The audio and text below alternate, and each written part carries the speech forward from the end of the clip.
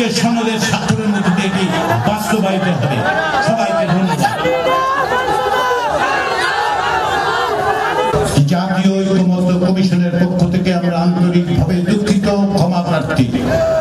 আপনাদের পক্ষ থেকে প্রতিনিধিরা যে দাবিগুলো তুলেছেন, আপনাদের সাথে গতকাল আলোচনার পরিপ্রেক্ষিতে আমরা জাতীয় সনদের ৫ম দফার অঙ্গীকারনামার ব্যাপারে রাজনৈতিক দলগুলোর সাথে যোগাযোগের মাধ্যমে আপনাদের দাবির প্রতিফলন ঘটিয়ে সেটাতে প্রয়োজনীয় জরুরি সংশোধনগুলো আমরা তৈরি করেছি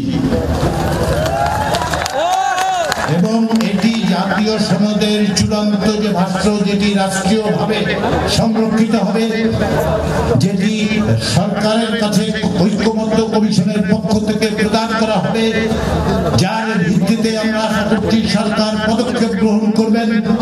সেখানে আমরা সুস্পষ্টভাবে, সুনির্দিষ্টভাবে, স্পষ্টভাবে বলবো এবং আমরা জোর দিয়ে বলবো যেন এই অঙ্গীকারনামা বাস্তবায়নের জন্য সরকার ব্যবস্থা করে।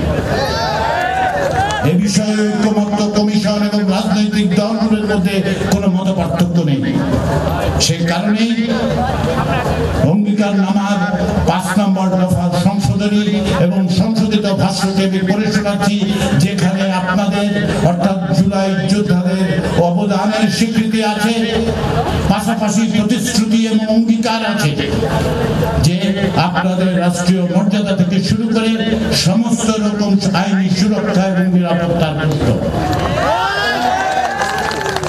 আমরা এখন ৫ নম্বর দফা সংশোধিত ভাবে যেভাবে তৈরি করেছি রাজনৈতিক দলগুলোর সাথে আলোচনার মধ্য দিয়ে, তা আমি পড়ে শোনাচ্ছি।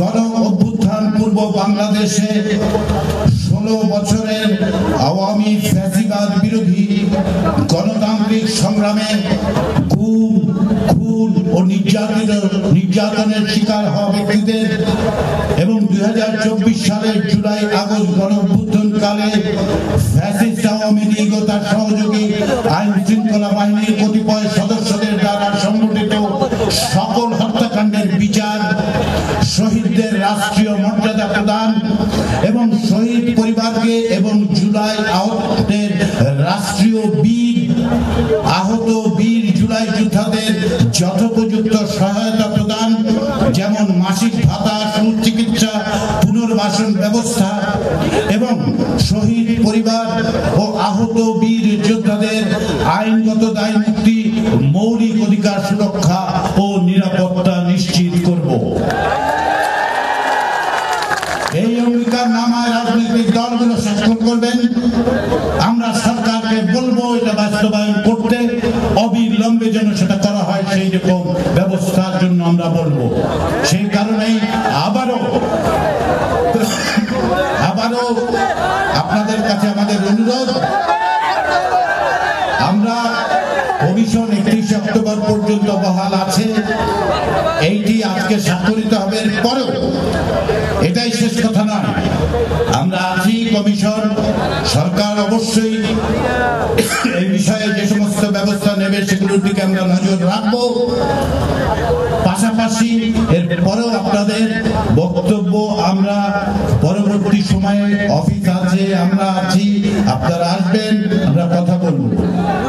এবং আজকের এই পরিস্থিতির কারণে আজকের বিকেলের জাতীয় জুলাই সনদ এই সুস্পষ্ট আপনারা যে দাবি তুলেছেন, শহীদ আহত জুলাই যোদ্ধাদের ভাতা ইত্যাদি, আমরা সেটা ব্যবস্থার জন্য বলছি।